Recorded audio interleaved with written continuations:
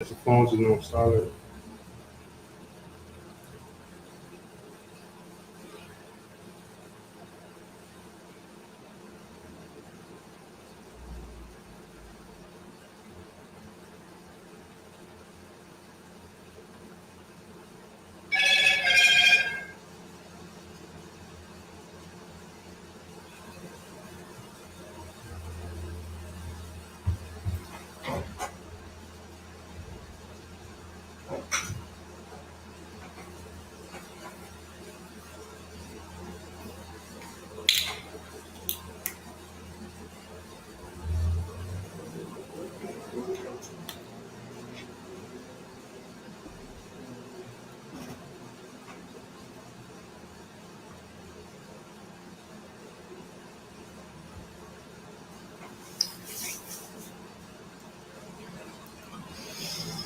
All right, let's clap it up.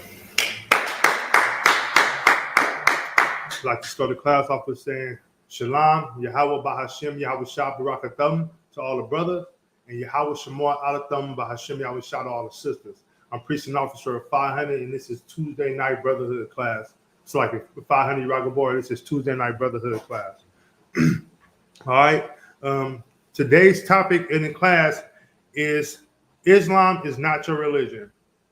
And if you don't understand what I mean by that is that religion really doesn't belong to us. Religion was not created for Israelites. The Bible that talks about the Israelites is telling us our way of life. That's a heritage for us. It's not a religion. So when you hear people saying, hey, what religion are you? What religion are you? They're taking customs from you, and they're forming a religion for themselves. Today I went to a smoke shop, and a brother behind Habad or Habadi, whatever his name would be called, he said, what's up, bro? I looked at him like, you are not my brother. So that's why that's why I had the topic of this class today, that Islam is not your religion, man, because although we have, a lot of the times people call people brothers when you have the same enemy. You know, you'll get together and you'll be like, yeah, brother, we got the same enemy. You my brother. That's not the case. We don't need to join with anyone that's not a part of the 12 tribes of Israel. Anybody outside of the 12 tribes of Israel is not your brother. They are not for you to come together with or even to build with, all right? So I wanted to go into Islam today because a lot of blacks, not too sure about the Hispanic brothers, but I'm sure that's the case. A lot of people go to jail or you know, for instance, here Minister Farrakhan, and they want to be Muslim.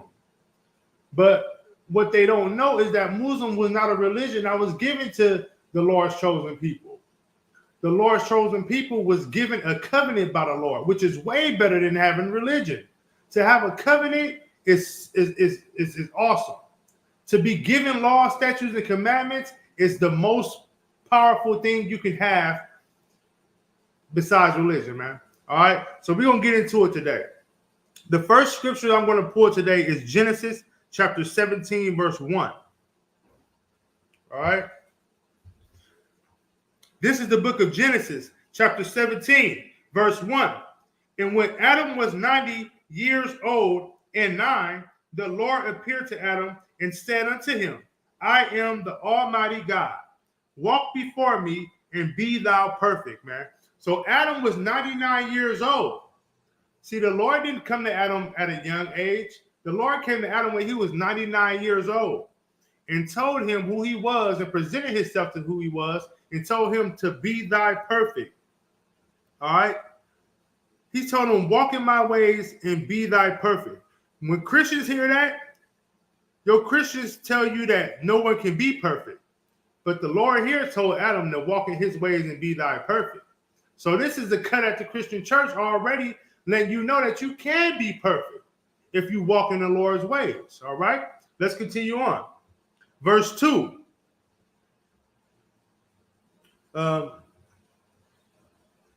Verse 2. And I will make my covenant between me and thee, and will multiply thee exceedingly. So the Lord said, I will make this covenant between you, and I will multiply you exceedingly. Meaning I will give you, you will build an empire. With me, I will keep you protected, and your generations will grow and blossom and become a strong generation. Not too much the most populated generation, but you will be a strong generation, all right? Let's continue on.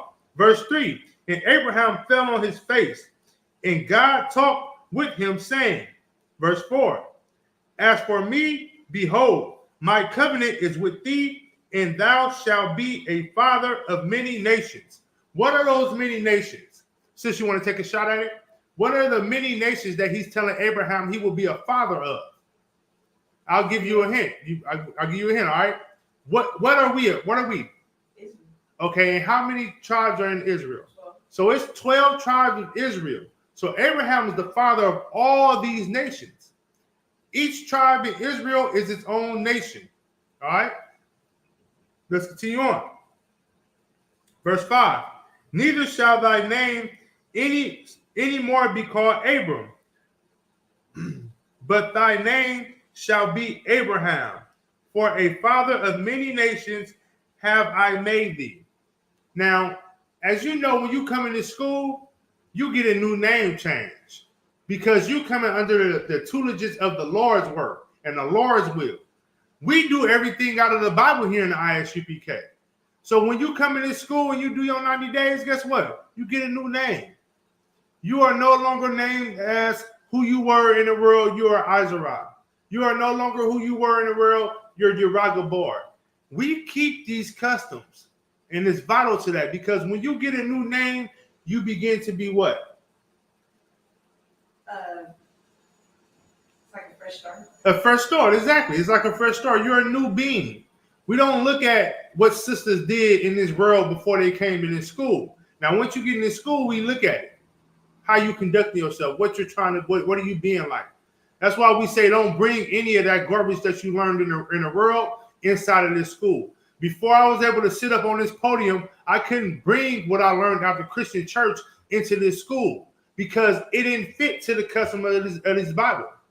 Before I got my new name and became a priest and prophet of the Lord, the Why Yahweh, I could not come in here and bring that street mentality into this school. You know what I'm saying? I had to come in here with a straight head. I had to learn how to keep my mouth closed. I had to learn how to respect the man above me. And also, whenever called upon, to take a leading role to be the leader that I'm called to be. All right? That's what the ISUPK is built for. We build men and women here in this school. We teach you things that you never learned from your Christian pastor or from your Muslim mosque, or even from your parents. You know, I learned things in this school from brothers that I never learned from my own father. I never knew how to be a real father, how to be a real man, how not to accept certain things, how to stand on your word and mean what you say and say what you mean. I didn't learn those things in the world, but I learned them things in here, all right? So when you get a new name, you have an opportunity to be a new person. All right, let's continue on. Verse 6. And I will make thee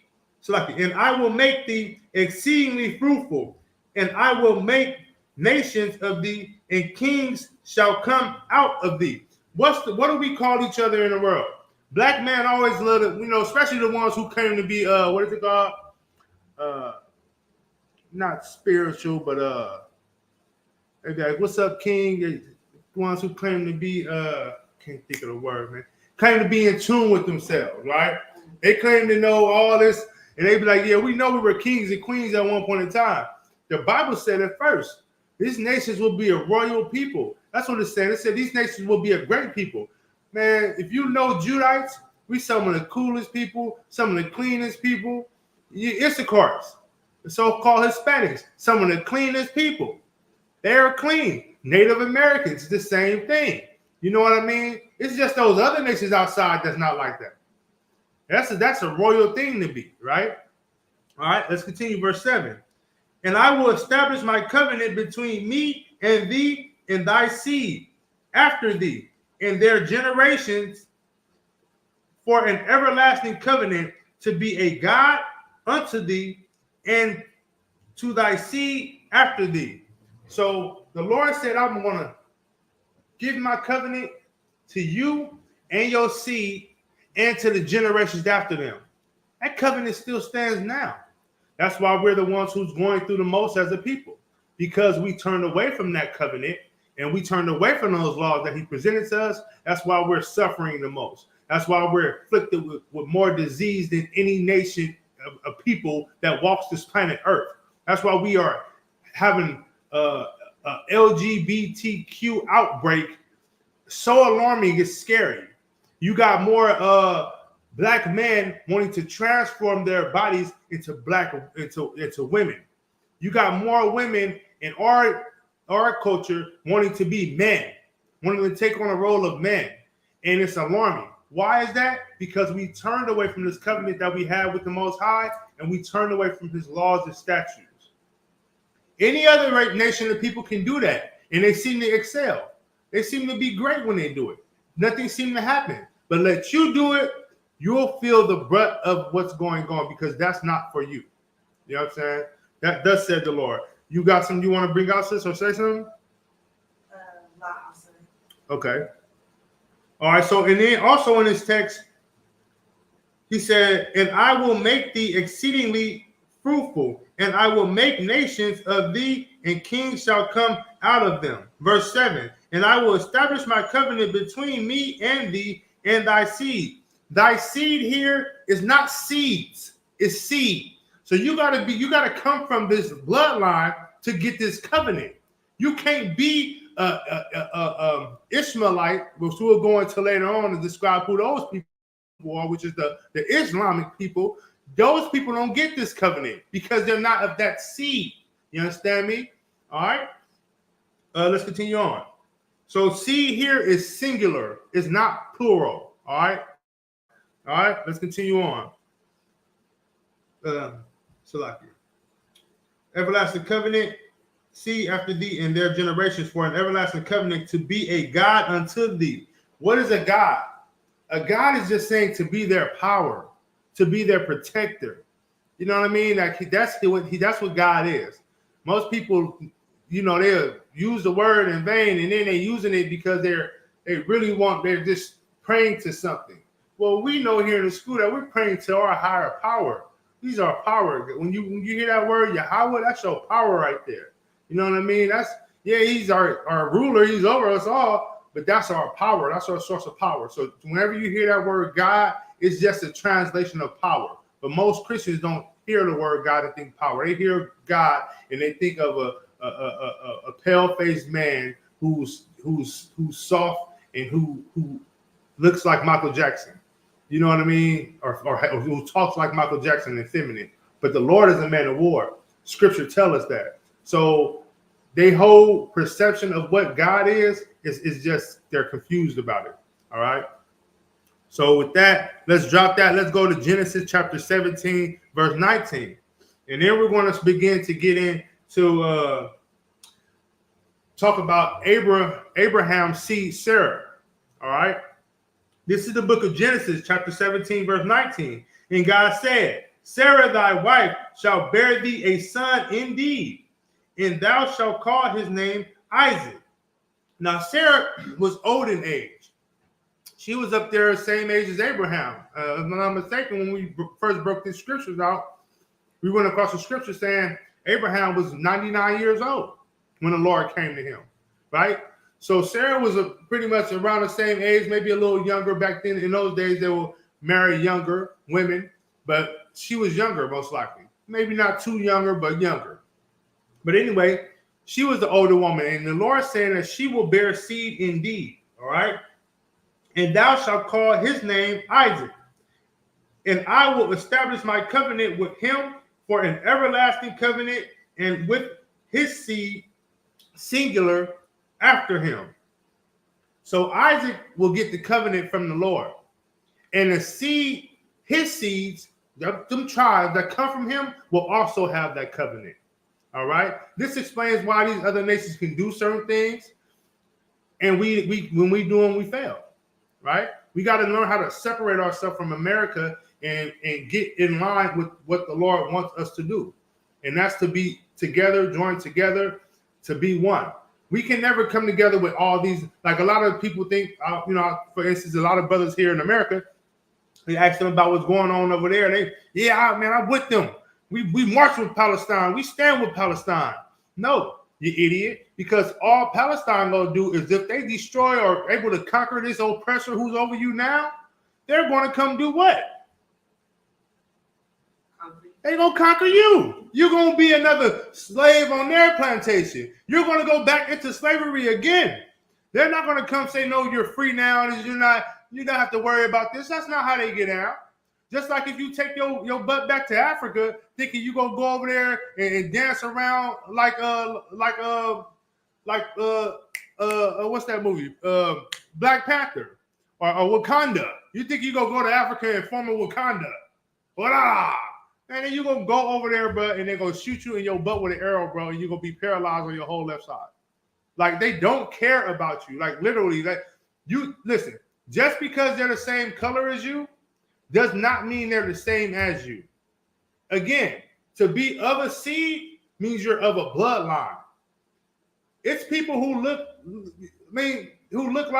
the same skin color as other people and not the same. For instance, the Russians and the Ukrainians. Go ahead. You know anybody else who looks just alike? Who you'll be like, this is? They'll be like, no, don't call me that. I'm not. I'm this. Who? What's another nation that does that? Chinese, Japanese. The Chinese. Call a Chinese person Japanese. Boy, they'll cuss you out so quick. You know what I mean? You better not order no food after you call them that. Listen, you better not order no food if you call them that. There you go. You getting that cat special, that dog special. All right? So again, you can have the same tone, you can have the same features of a people, but not be of the same bloodline. All right? This is important for us to understand so we won't make the mistakes of thinking that we are all one people because they call you an African American. Well, when you go to Africa, no one over there is known as an African. They're not all known as African.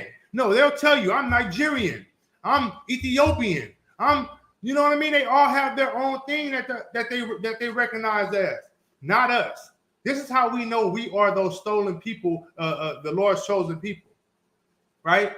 Everybody who's here, the so-called Hispanics, the Mexicans, they call themselves Hispanics, but they're not Hispanics. According to the Bible, they're the tribe of Issachar. You got the Puerto Ricans. They're not Puerto Ricans. The name Puerto Rican just means rich port, meaning they came to drop them off there. The brothers in the reservations. Come on now, they're not Jamaicans. They're tribes of Judah and Benjamin. And you know the Haitians, they're Levites, but they'll say they Haitians, but they're Levites. Go ahead, sis. If I may, I mean, we are our land. And to be honest with you, we actually do have a home. We actually have places that have just been taken away from us. So all these other nations out here that's claiming these places and naming them what they want, it never was their land to start with. It's always been our land. Exactly. That's why when they say, like I hear brothers say, the native, this is the so-called Hispanics land, the Mexicans land. That's true. But this is our land too. Because if you know anything about history, the Indians it was a tribe of black Indians. It's before all this Spaniard stuff came into play, it was some black Mexicans. Why do you think it's dark-skinned people in Mexico now? We were all coming together. When we had issues, we can go to them and they help us. So the only army we can depend on to get past all these powers is our own people, right? But they're keeping us separate. They don't want us to see that. Because if these 12 tribes come together and form one, oh, good night. Good night. Who's going to stop us? You know, they ain't going to be able to stop us, right? So this is why they want us separated and not joined together. That's it? All right, now look, let's drop that. Let's go to Genesis chapter 16, verse 1. We're going to go into, I'm going to tell you about where the religion Islam was formed from. How about that? Your Christian pastor ain't going to tell you this. I'm going to tell you where it came from. Who was the forefather of that religion, of those people, of those people who are musty. Now I'm going to tell you who they are. So we're going to get into it, all right? This is the book of Genesis, chapter 16, verse 1. And Sarah, Abraham's wife, bare him no children. And she had a handmaid, an Ethiopian, whose name was Hagar. So again, this show you we was in a place of power.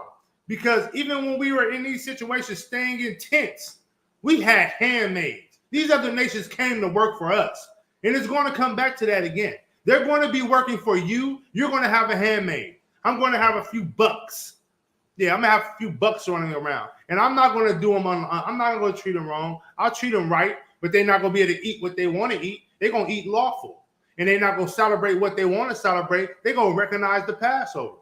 You know what I mean? It's going to get back to the way it should be. But anyway, she had a handmaid, meaning she had a woman who helped her, who helped her get things done. You know what I mean? She was washing, hey, man, wash some dishes. Hey, man, you know, hey, teach my kids this. Do this for me. You know what I mean? A hand just to help her out, right? Verse 2. And Sarah said unto Abram, behold, now the Lord hath restrained me from bearing. Meaning the Lord has kept me from giving you a child. He kept me from bearing you a child. Continue on. I pray thee, go into my maid. It may be that I may obtain children by her. So she's saying, look, man, go sleep with my maid. And this is how you know that what they put, the stigma that they put on marriage today in America is meaningless. Because if you got a man, that's your man.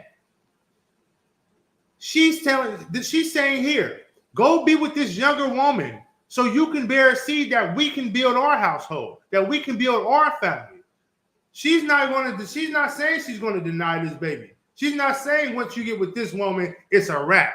Go with her. I'm done. She's saying, look, I love you so much, my Lord. I want to see your generations multiply, even if it means that it's not from me.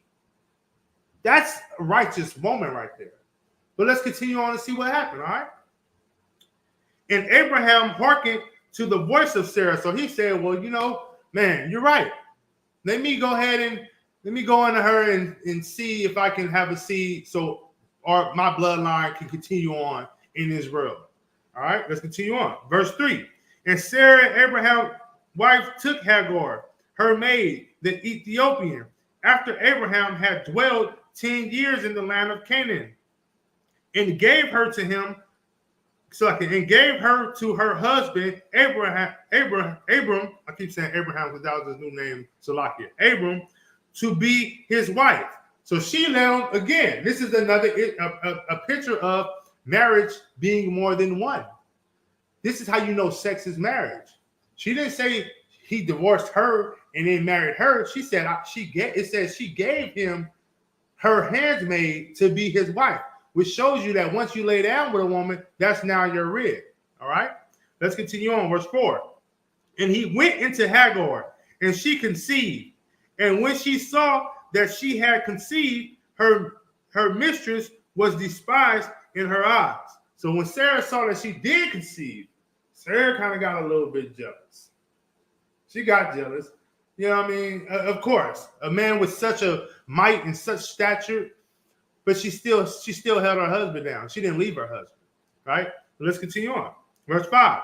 And Sarah said unto Abram, my wrong be upon thee. I have given my maid into thy bosom. And when she saw that she had conceived, I was despised in her eyes. So, Salaki, I'm saying that wrong. It wasn't Sarah who was jealous and envious.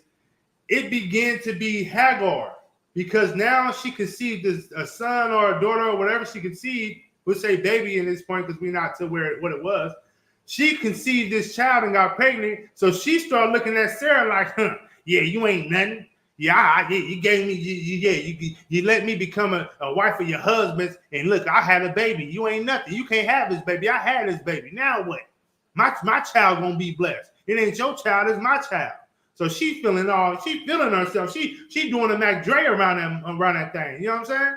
So let's continue on. Verse 6. But Abram said unto Sarah, behold, thy maid is in thy hand. Do to her as it pleases thee. Good night. He said, look, that's still your maid. she's still going to serve her purpose. She's never going to take your place on who you are to me. Man, do with her as you please, man. Have your way with her. Let's continue on.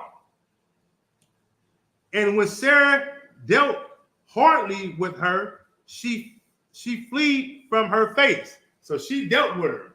Now, I don't mean she put tips on her. I know y'all black women out there like, yeah, she dealt with her. She put them 1-2s on her. No, that's not what that means, man. She just was making life hard for her.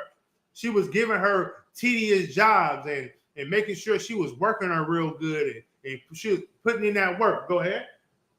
If I may, the part where it says, and Sarah dealt hardly with her, she fled from her face. So she's saying that the other lady fled when she gave her hard duties, like in a disrespectful way. No, see, that's what I'm saying. Most black women, they hear that and be like, she put them 2-3s on her, man. I mean, like she turned away, like she would tell her she was rude and didn't do it. Just being it's that. So I'll break it down for you. So it's saying, and when Sarah dealt hardly with her, meaning Sarah dealt hardly with Hagar, her handmaid. So hardly means not physical or slapping her or beating her up. It's just more like giving her hard work to do, working her, worked our fingers all the way to the bone. Like she was just working her. Just go get me some water. She go to the well to get her some water. I don't want no water from that well. Go all the way across, you know what I'm saying? Walk across town to get that water. That water is better. So it's just making it hard on her, right? And then she couldn't take it. So she ran off from Sarah, right? She ran away from her, right? Verse 7. And the angel of the Lord found her by a fountain of water in the wilderness, by the fountain in the way of Shore. So she ran off in the wilderness by a fountain, sitting at a fountain, crying probably. All right, let's continue on verse 8. And he said, Hagar, Sarah's maid, whence comest thou? And whither wilt thou go? And she said, I flee from the face of my mistress Sarah. Verse 9. And the angel of the Lord said unto her, return to thy mistress and submit thyself under her hand. So the angel telling her, look, I know what's going on, but go back there and you submit yourself to her. How about that? The angels, that's the angels sending, the Lord sending the angels to come do it. So the angels coming back and telling her, now you go back and you submit yourself to her. All right? Let's continue on. Verse 9. Verse 10, Salakia. And the angel of the Lord said unto her, I will multiply thy seed exceedingly, that it shall not be numbered for multitude. Now he's saying this to Hagar. He knows she's hurt. So he's telling her something that's true. The Lord, he's saying that the Lord said to her, don't worry, I will multiply your seed, that they won't even have a multitude. Now let's pause there. What's going on in the Middle East? Do you know how many Palestinians and Afghanistanians and Iranians and Iraqis, and you know how many of them people are that's over there? You can't even count a multitude of them. You can't count them on one hand. This is the blessing that the Lord did give them just because they came from the seed of Abraham. All right, let's continue on. Verse 11. And the angel of the Lord said unto her, behold, thou art with child, and shalt bear a son, and shall call his name Ishmael. Ishmael, Islam. Ishmael, Islam. You get it? So this is the father of Islam. So we know this. In the Quran, they ain't mentioning all this. They mention more of the Bible in the Quran, and they can tell you about what their own creations was and how it was formed. You understand? So that lets you know a lot. So Ishmael is the forefather of Islam, an Ethiopian woman's son. All right? Let's continue on. because the Lord hath heard thy affliction. So the Lord has heard her cry. She's been a loyal servant to her handsmaid, to her mistress, and the Lord has heard the afflictions that she's going through. All right, so let's continue on. Verse 12. And he will be a wild man. His hand will be against every man, and every man's hand against him. What's going on over there? Every nation is going to war with them. They go to war with every nation. They are wild men. How do you know they're wild men? By their actions. By their actions, by the way they smell, by the way they conduct themselves, just by where they act. Look at where they act. Just how they act. They don't conduct themselves with any type of laws or customs. You know what I mean? Salakia, what's the name? Allah, or not Allah, but who was the dude over there? I don't even know their names. Hey, Shalom, Lord Christ, the water for tuning in, sir. I don't even know the names. Ishmael, Muhammad. Muhammad had married a 6-year-old. He was courting a 6-year-old girl and married her when she was 9. That's wild. Nowhere in this Bible have you ever seen a man of the Lord marry a 6-year-old girl or court a 6-year-old girl just to marry her when she turns 9. What do they call that in America? Rape, exactly. So they're a wild people. Who else like raping people? Let's look at Elvis Presley. Did Elvis Presley marry a young girl? He sure did. He sure did. And guess what? We grew up under America's power and under their hands. And guess what our people started to do? Wanting to marry young girls. We learning everything from them. You know what I mean? This is what I'm saying. So let's get back to the story. Salaki, y'all kind of branched off, but so the Lord said there will be a wild man, and every man will be against him, and he will be against every man. All right? Salaki. And he shall dwell in the presence of all his brothers. That's where they at. Look at the Middle East. Those are all his brothers. Everybody over there identify as what religion? What religion do they all identify as over there? In the Middle East? Muslims. They're all Muslims. All of them. Those are all his brothers. That's all brothers over there, all right? So where we at? That was 12? 13. That was 13? That was 12. That was 12? You're finishing 12. I think I finished. And he shall dwell in the presence of all his brothers. That's why they over there in the Middle East. They dwelling in all the presence of their brothers. So we go drop that. We're going to go to Genesis 21 and no, matter of fact, let's go back to Genesis 17, verse 20. All right. Now, we're going to get, now that we know, hey, Most High in Christ, Jack. This got to be a devil. So lock it. He said, I bow down and kiss your boots, brother. Most High in Christ. I would love a virtual boot kiss, Jack. If that's what if that's what you do, you know what I mean? But Salakia, let me get back to teaching this breakdown. All right.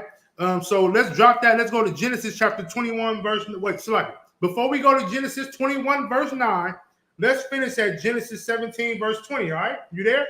All right, let's get it. The book of Genesis, chapter 17, verse 20. And as for Ishmael, now we know who Ishmael is now, right? Ishmael is the son of Hagar, the handsmaid, right? Of Sarah, right? The Lord said, as for him, I have heard thee, because Abraham was a man, like any man. You don't want to have a baby or have a seed, Salakia, and just disown the seed. You know what I mean? Even you always gonna think about that seed. At least a righteous man will, right?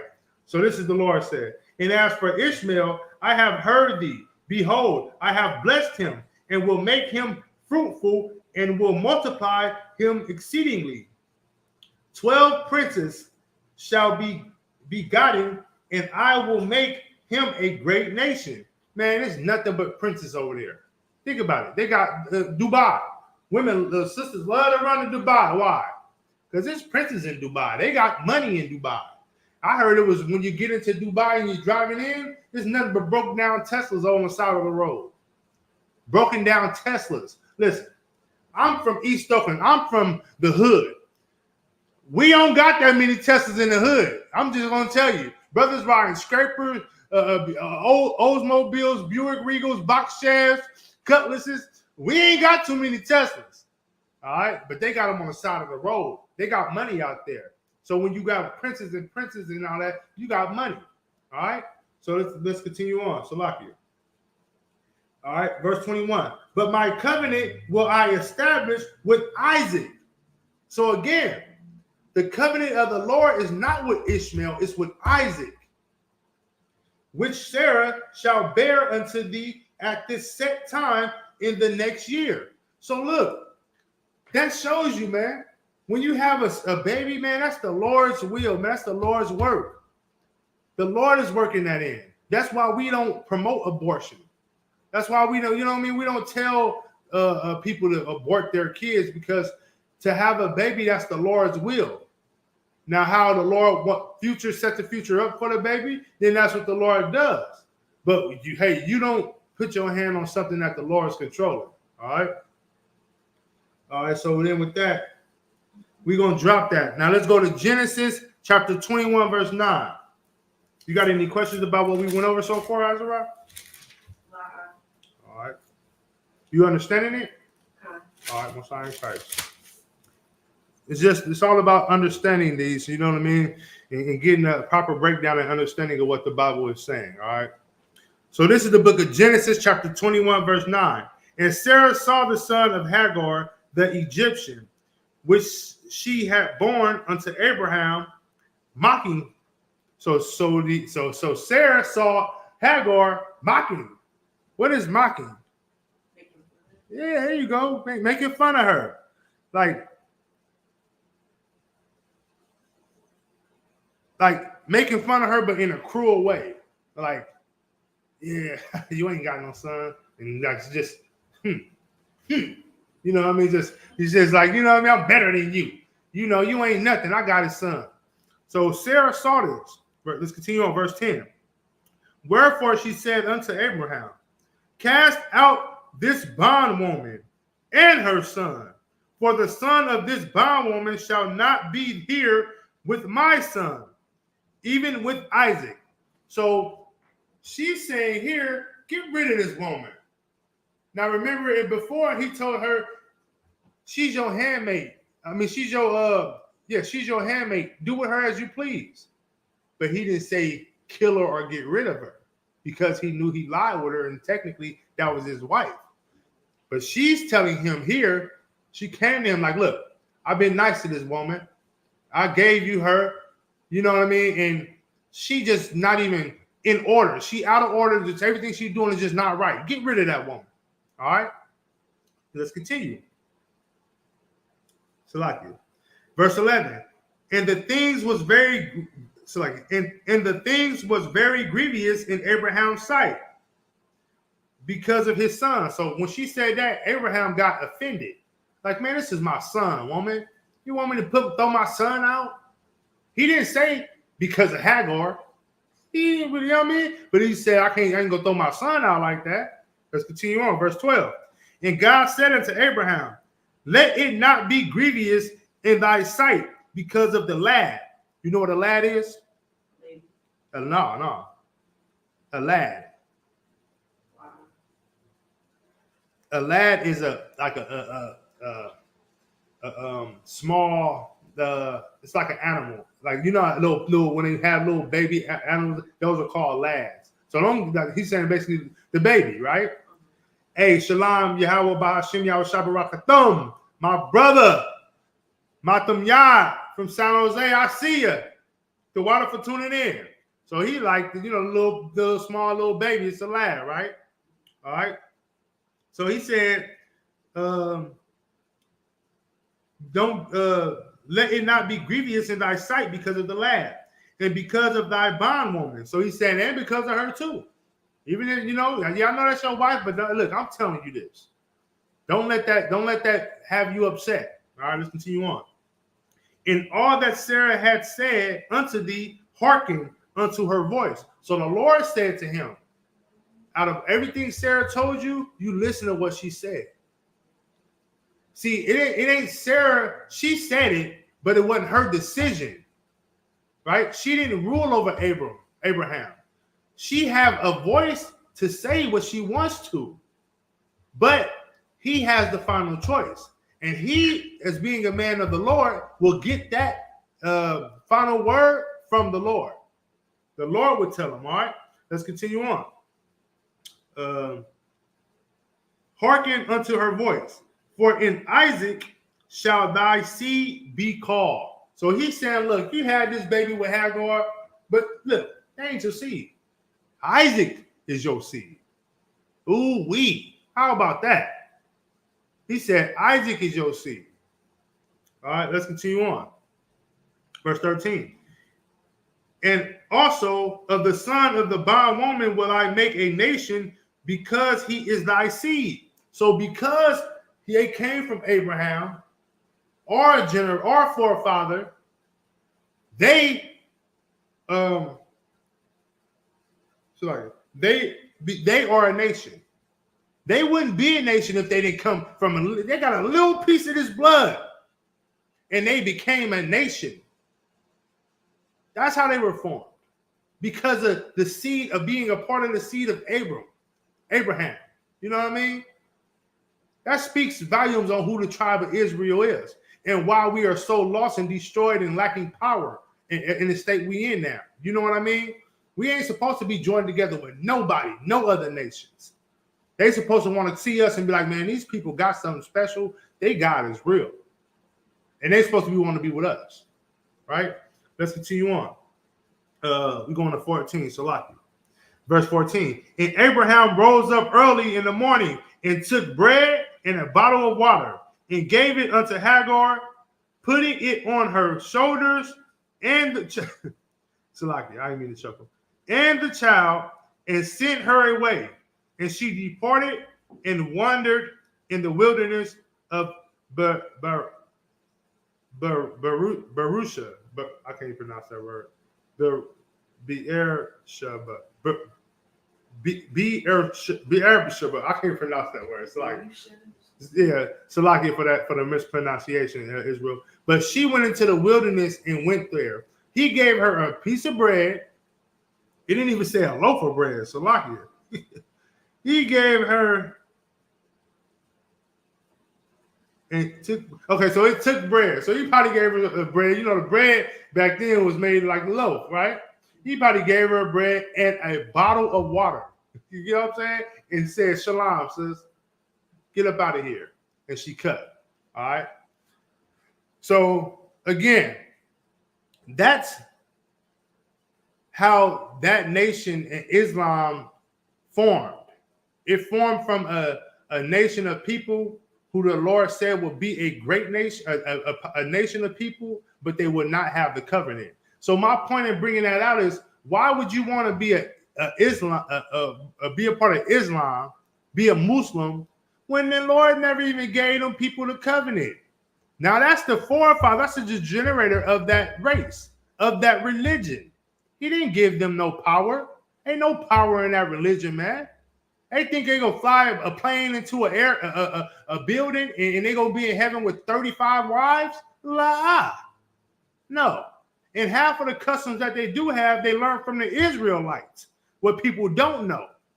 You know what I mean? Everything they do, from having multiple wives to before, they used to face the east when they prayed until they got Mecca. Once they got Mecca, they started facing Mecca to pray.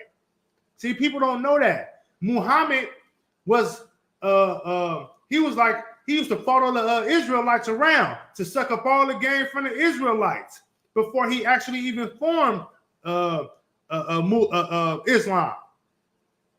See, people don't know this, but we got the truth here in the ISUPK. And the water why Yahweh Shai to the man above me and Commander General Hannah and all the 7 heads for bringing out this knowledge right here, man. You know what I'm saying? So it's a good thing to be an Israelite. We just don't know how good it is. All right? So let's drop that. Let's go to Genesis chapter 22, verse 1.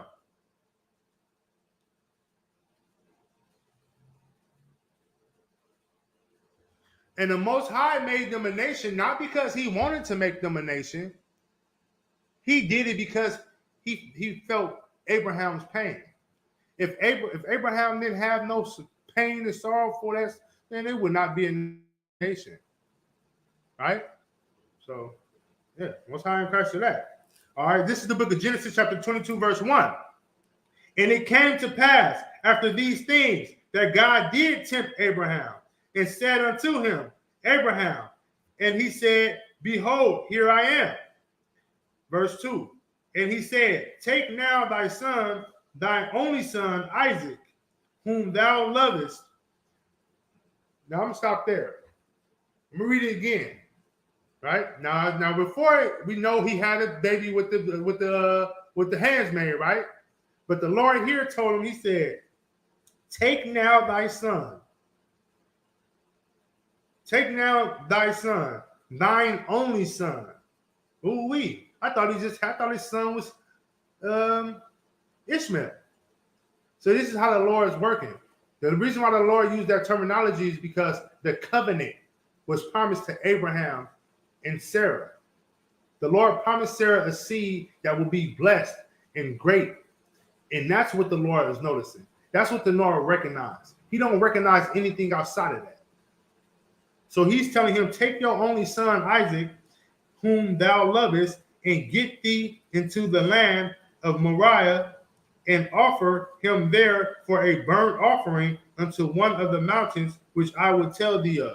So he take his son, he get him up, he love his son. He like, look, boy, grab your bag. Yeah, grab that staff for me too. Come on, let's go. We finna take a hike. He can take him to the top of a mountain. And he said, offer him for a burnt sacrifice. So what is the Lord saying for him to do? To sacrifice his son. To sacrifice his son, his only son. Now you gotta think this is a hard thing for this brother to do. And he's not even talking back to the Lord, challenging the Lord, asking him why, saying la nothing. He's doing what the Lord is telling him to do. That's vital. You know what I mean? So let's go where we at. I just want to bring that part out, right? Today, we as a nation are lost because of these other religions following the other nations. We lost. Because we are following these other nations and believing in these religions, we are lost, man. So we're going to... Go ahead. Okay. And it makes us a second-class citizen in these other nations because we want to do what they do. When they're supposed to want to be like us, we following them. So now we second class to them. That's why Christianity is a joke to the oppressor, man. Come on, man. You think he care about Christianity?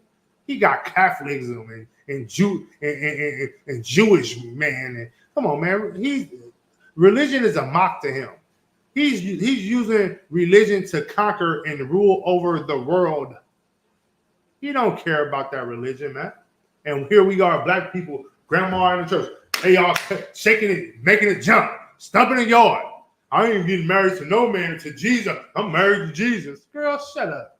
And get you a man and learn how to keep your damn mouth closed. So like, you know what I mean? You said you want me to go to verse 3?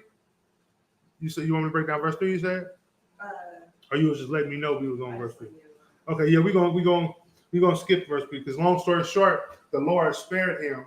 Because I got a lot to go through. I'm gonna just tell you the Lord spared Isaac. Because when he was finna do it, the Lord sent him a lamb. The lamb just came right on he picked the hill.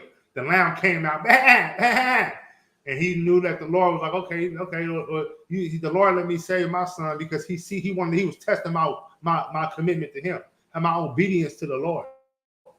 Right when he was finna just, the Lord sent that lamb. And he got the lamb and he sacrificed that lamb as a burnt offering instead of his son. You know what I mean? So the Lord will, and it said here that the Lord had tempted him. This meaning he's testing them. And we have to understand that the Lord tests us all in different ways and scenarios, all right? Different situations. Everybody get their own test. Everybody, not one man will have the same test, all right? So we'll drop that. You got anything on that, or is it too wild? All right, we're going to go to Deuteronomy chapter 28, verse 64. Hey, can I get a time check, Bible Kashah? 7:45. Okay, read too wild. So Deuteronomy chapter 28, verse 64. Let me know when you're there.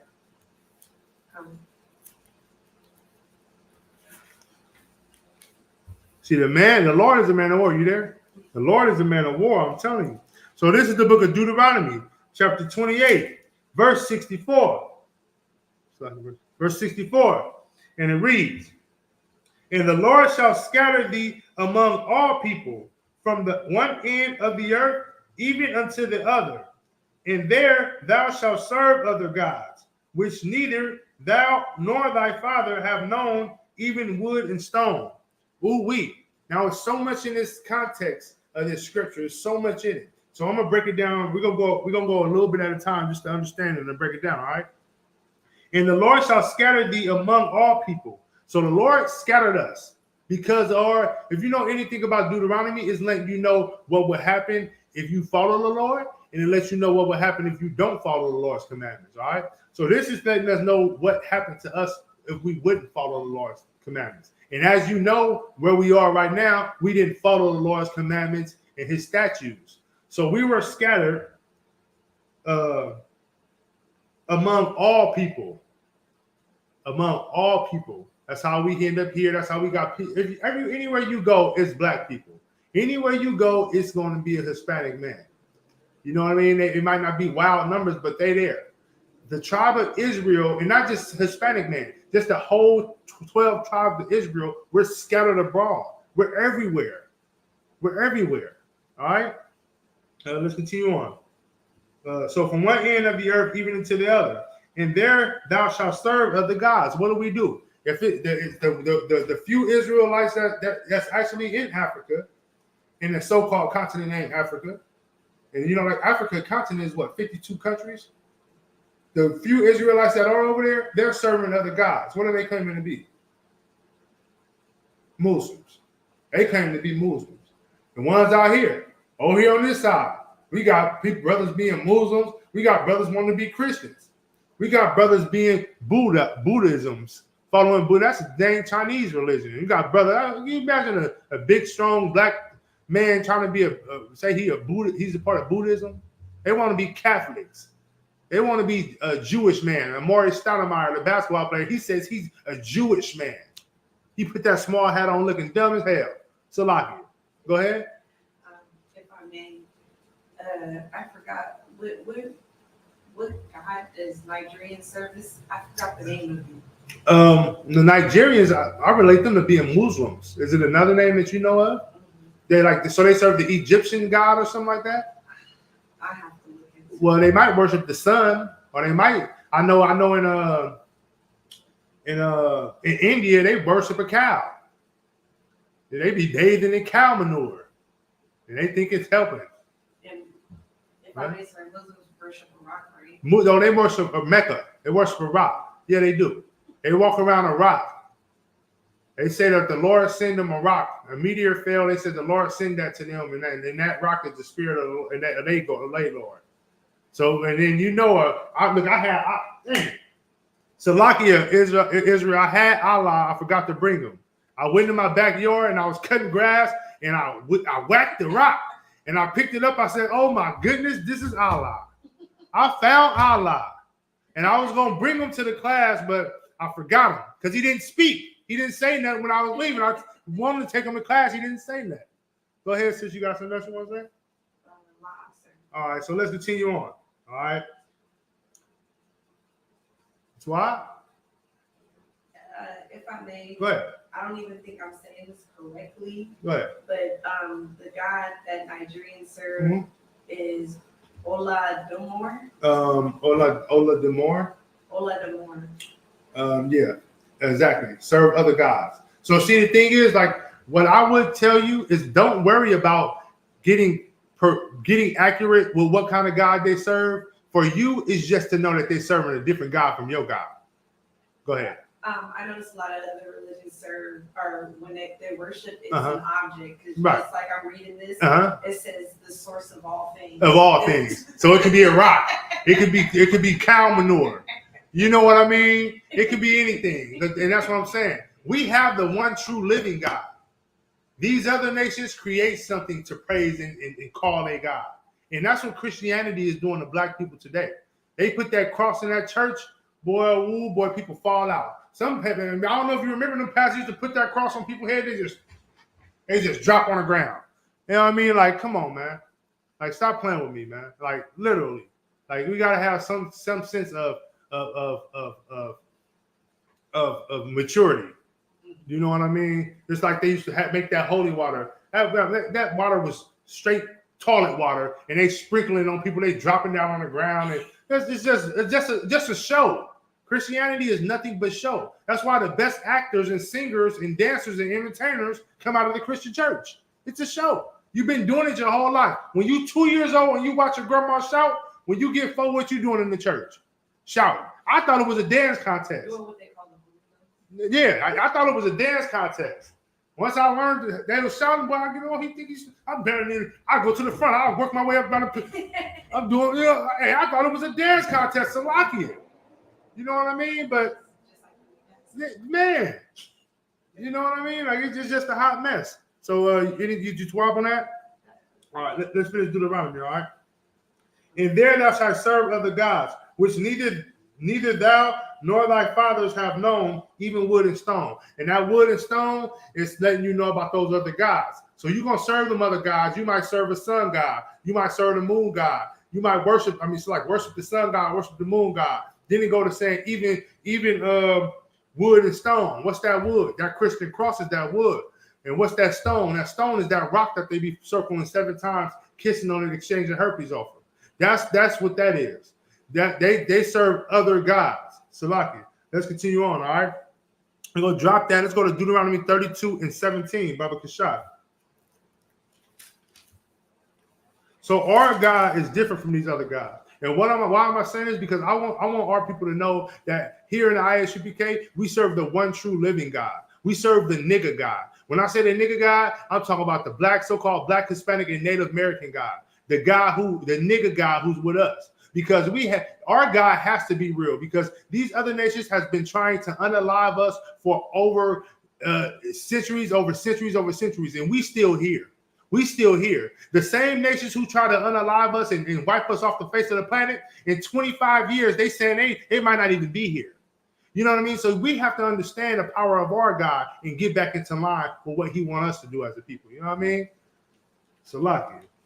So we're going to go to Deuteronomy chapter 32, verse 17. This is the book of Deuteronomy chapter 32, verse 17. Thy sacrifice unto devils, not to God, to gods whom they know not, to new gods that come newly up, whom your father feared not. Look, man, we worshiping these other gods that our fathers didn't even know. They didn't even fear.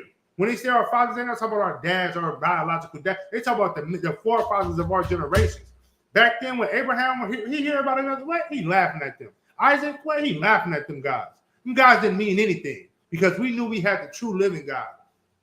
We worship guys that don't have no title. They can't hold a stick to our God.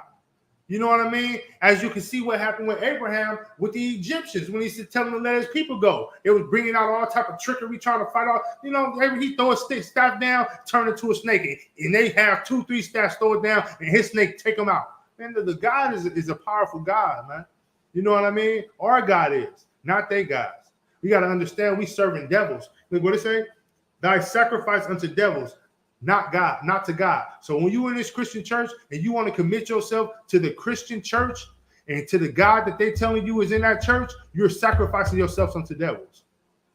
When you want to commit to a Muslim mosque or commit to Muslim to being a Muslim and all of those other nations, you're sacrificing yourself unto devils, man.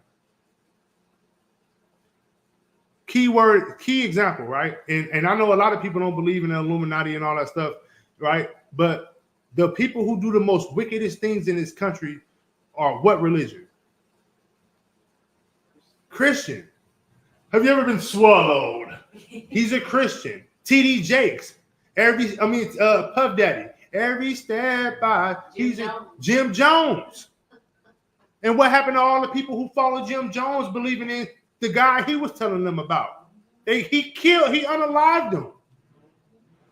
You know what I mean? So we gotta be very careful on what we allow ourselves and even our children to follow. Because the key to getting out of bondage is to change your situation.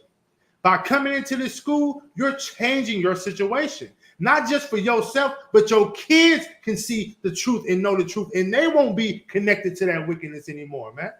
This is how we build our nation up and get out of the captivity in. You know what I mean? We can't just go walk into the desert like we did with the Egyptians. You know what I mean? But we can separate from this wicked nation and do our own thing. That's why every brother and sister out there underneath my voice that's watching this class need to be at the Passover in North Carolina, Durham this year, man. Taking part in the Passover, man, with the ISUPK and the Commander General Yohana, man. All right? That's why we celebrate the days we have. Got the Feast of Purim coming up, I believe. Yeah, the Feast of Purim coming up in March on the 14th. We got the Feast of Purim coming up, recognizing these high holy days and turning away from these other wicked customs of these other nations. All right. So with that, let's drop that. Let's go to Leviticus chapter 26, verse 1.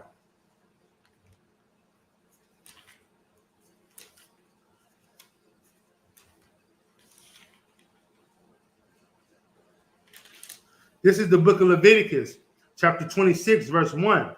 Ye shall make you no idols, nor graven images, neither rear you up a standing image, neither shall ye sit up any image of stone in your land. Salakia, set up any image of stone in your land, Salakia, to bow down unto it. For I am the Lord your God. Ooh-wee. That's a shot to the brothers who want to be Muslims. He said you shouldn't set up a rock in your land and bow down to it. If you're a Muslim, you worship in Mecca. You believe in Mecca. You want to go walk around that rock. You want to go do all that. And the Lord said here, don't bow down on no rock. Don't set you up no rock. He said don't set up no images. So that cross that people want to always have around their neck when they make it big, he said don't do that. And you know what I mean? Look, hey, we ain't set up no graven images here in the ISUPK. I pray you understand that. Go ahead. If I may, sir, even when I was younger and I used to see that cross, I never understood how people can celebrate someone's suffering.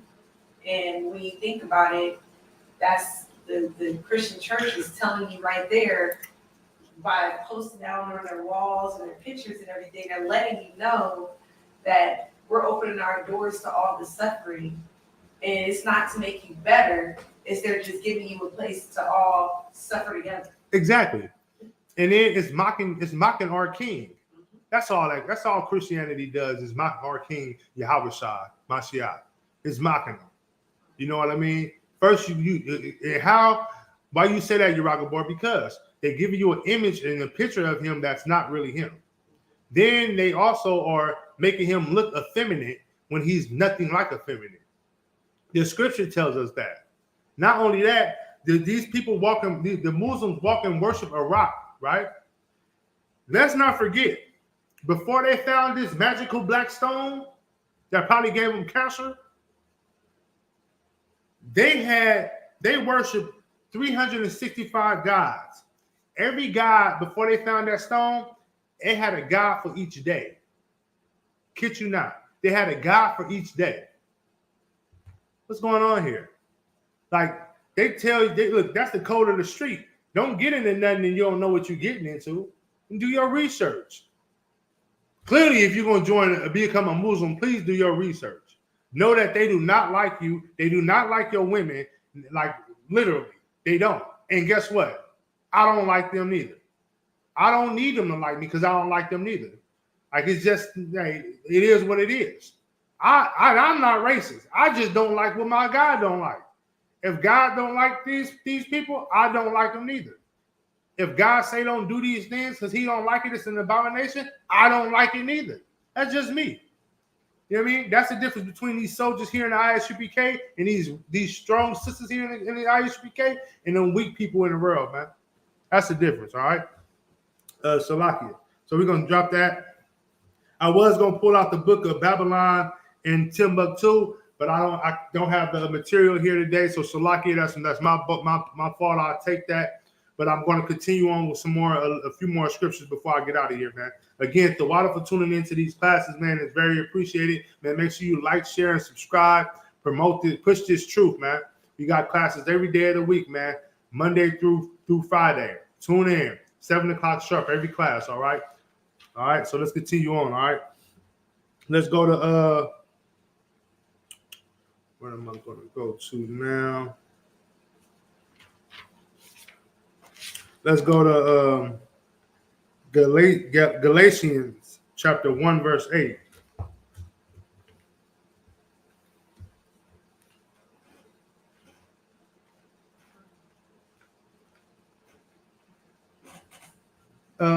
Yeah, please, if you can. The water.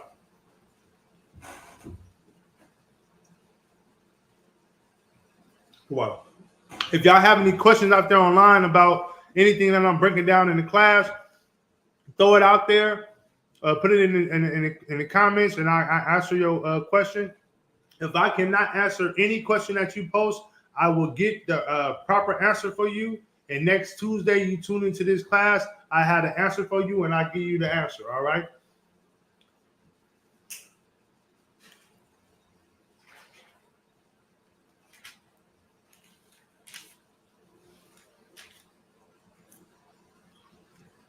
This is the book of Galatians, chapter 1, verse 8. But though we are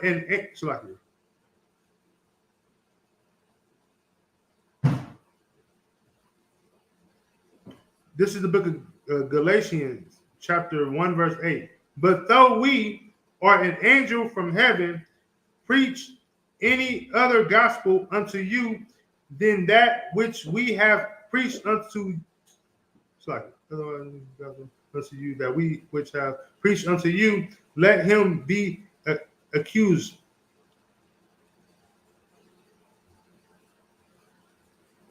All right, so Salaki, what I'm gonna do is, so I can get a better breakdown of this, I'm gonna go up a little bit more. I'm gonna go up 2 places. This is the book of Galatians, chapter 1, verse 6. I marvel that ye are so soon removed from him that call you into the grace of Christ unto any gospel. Verse 7, which is not another, but there be some that trouble you and would prevent the gospel of Christ. So it's saying, like, be careful with these other religions, because they'll tell you one thing and it won't be in line with what the true actual thing is. Like that Christian church. They don't know how to break down anything like we do in the ISUPK. They don't do their due diligence. In fact, a lot of Christian pastors go to a school called seminary school. And if you know anything about seminary school, you have to graduate from that school in order to be ordained to teach the Bible according to Christianity or Catholic or so-called Judaism. But the truth of the matter is they're learning the breakdowns of the oppressor. They're teaching and then when they do graduate from these schools, if they get caught teaching anything other than what they learn at these schools, they will get their church taken from them. They will lose their license. They will be exiled from being able to teach the Bible. So it's kind of like signing a covenant with the devil, right? Verse 8, but though we or an angel from heaven preach any other gospel unto you than that which we have preached unto you, let him be accused. So it's saying, like, when these laws and commandments and this word that we got, any man that teaches these words, that's taught to them by this book or by angels, the angels gave these words to these men, and some of them gave them to the Lord.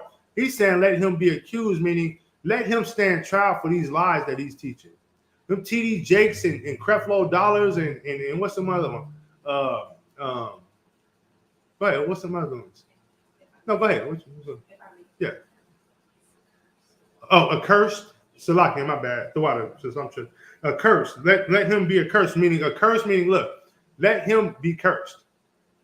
Now, when you see that word in the Bible, he's not saying cuss him out. Say the F, drop the F bomb or the B bomb. To be cursed means that you will be like there was like, like I wish something bad to happen to you. You know what I mean? It's like saying that. Hey, to be cursed is not a good thing. That's why when you hear your Christians say, look at them brothers on that corner, just yelling and cussing. They say in the Bible that you shouldn't be cussing. Where it say that? Where it say that? Right. And then they tell you shouldn't be drinking on strong.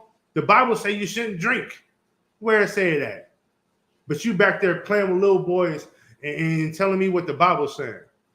Like, you know what I'm saying? Like, that's what I'm saying. Like, this is the home of the truth. You can't listen to these other nations, these other so-called prophets, because they have their own personal agenda. As long as that money rolling in, that's all that matters. I went to a repast this last week.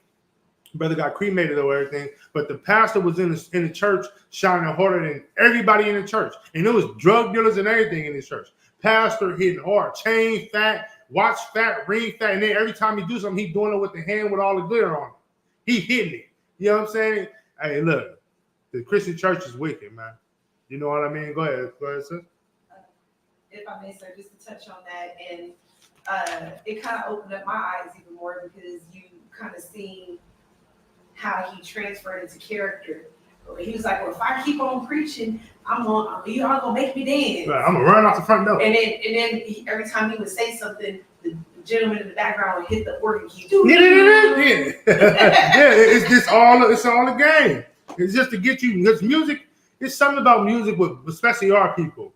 You hear them arguing, people want to give, hey, yeah. That's what people do. Mm-hmm. Look at the Jew joints back in the day. They used to go in there and play them drums. People be in there drunk. Yeah, let's go there now. And also this scripture is saying that if you hear something different than what you hear, us priests and prophets here in the ISUPK under commanding General Yohana teach, don't believe it. It's false. And any Christian pastor that tell you that, we tell them to step up to the plate. Tell them to step up to the plate. Last time I checked, Captain Tazoriak was undefeated when it come down to slashing these our foes, man. And really, we ain't even trying to do it to just make people look bad. We trying to do it to let our people know the real. That's how genuine we are. You know what I mean? We ain't gonna talk about you and just to make you look bad. We're gonna tell the truth about you. All right.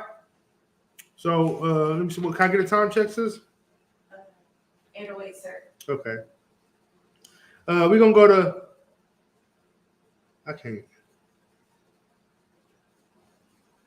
Habakkuk. I can't even pronounce this word. Habakkuk. We're gonna go to Habakkuk chapter 2, verse 18. Salakia. Chapter 2, verse 18. Again, if you hear anything outside of what the UPK is teaching, man, it's not the truth, man. It's not the truth, all right. And this probably be my last precept.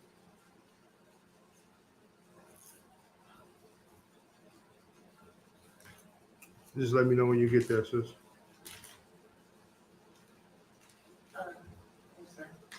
You there? Okay. So this is the book of Habakkuk. No, I'm saying that right. I think I got this wrong. Salakia.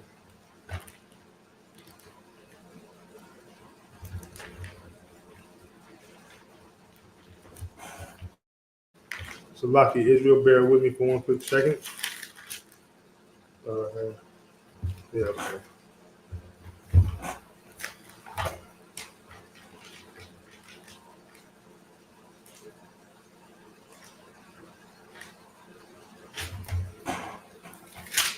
This is the book of Habakkuk, chapter 2, verse 18. And it reads, what profited the graven image that the maker thereof hath grieving it, had grieving it. So the molten image and a teacher of lies, that the maker of his works trusteth therein to make dumb idols. Ooh wee.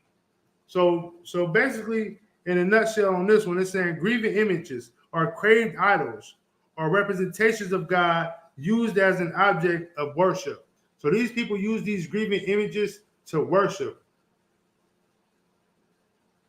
You know what I mean? If you're on Facebook, Salaki, I can't respond back to your comments or see your comments, but I'm gonna go check this after the class to see if I'm missing anything. All right.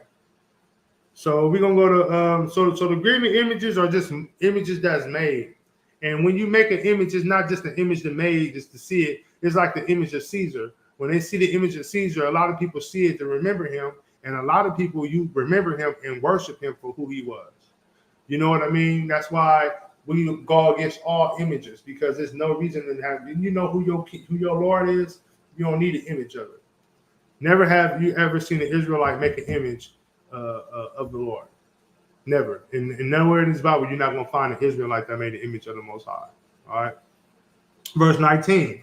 Woe unto him that said to the wood, awaken, to the dumb stone, arise. Look, the Bible is cutting the stone to the dumb stone. But it says, woe unto him. What does woe mean? Death. Death. Oh, death. Yeah. No, it's all right. Whenever you see woe in the Bible, W-O-E, that word means death. So it said, death unto him that said to the wood, awaken. So those, you know what I mean? And it's true, because all you look at in the Christian church, you just see dead people. Like, I mean, they're alive, but they're dead to the knowledge. Right? They're just dead people. Go ahead. If I may, sir, I just found it kind of funny because you said the dumb stone. To the dumb stone. I meant to bring Allah, but again, he was dumb. He didn't say anything to me when I tried to bring him. Hey, he just didn't listen. I don't know what it is. If there's a Muslim, a person of Islam religion, can you please tell me why Allah is not speaking? And I know he doesn't speak to you. You can pay 20 times a day, and you can lay your little Latin carpet on the ground, and he still will not speak to you.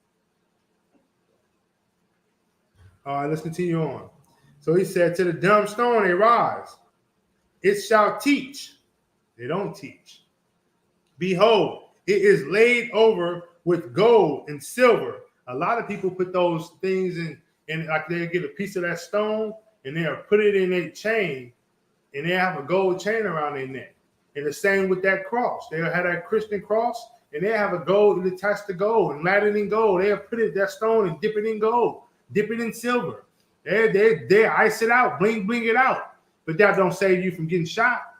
That don't save you from getting hit by a car or getting a nuke dropped on your forehead. It don't stop it. You know what I mean? Let's continue on. And there is no breath at all in the midst of it, meaning these things that they worship are not alive. They have no life in them. But I know the God, the Adawan of this Bible, the Lord of this Bible, Yahweh is his name. He is the true living God. How do I know? Because I see the works in which he do. I see the words that's put in this Bible from the beginning of Genesis all the way to the end of Revelations that is fulfilling itself in these days and times. That's how I know my God is real. I don't have to question that. Go ahead, sis. If I may, sir, that verse is really heavy because he's saying, like, awaken to the dumb stone, let it rise and it shall teach. And then he stops and pauses and he says, well, behold, it's laid over all this silver and gold, but there is no breath in it at all. Right. So it's dead. There's nothing there. So, and it's saying like, okay, behold, it's laying over silver and gold. Silver and gold has value. It's laying on this value. You mean to tell me you can't rise up and you land on this value? You land on all this wealth. You can't rise up. You can't say a word. You dumb stone. You dumb rock. You know what I mean? That's what it's saying. You know what I mean? So again, if you Black, Hispanic, and Native Indian, I'm talking to you, man. Don't go over there with them false idols and them false prophets. You want to do something to change the dynamic of your life and your people's life? Put on all black. You a sister, cover your head and learn how to humble yourself and shut your mouth. You know, Salakia. You know what I mean? If you a brother, put on all black, put on some boots. Come on, get down here with these real warriors over here in the ISP camp to Commander General Yohana. All right, with that, I'm preaching officer of 500 Yaraga Bora. I like to say Yahweh Bahashem, Yahweh Shabbarakathum to all my brothers out there. And Yahweh Shamar Alatham Bahashem Yahweh Shah to my sisters that's tuning in this class. The water, Shalom.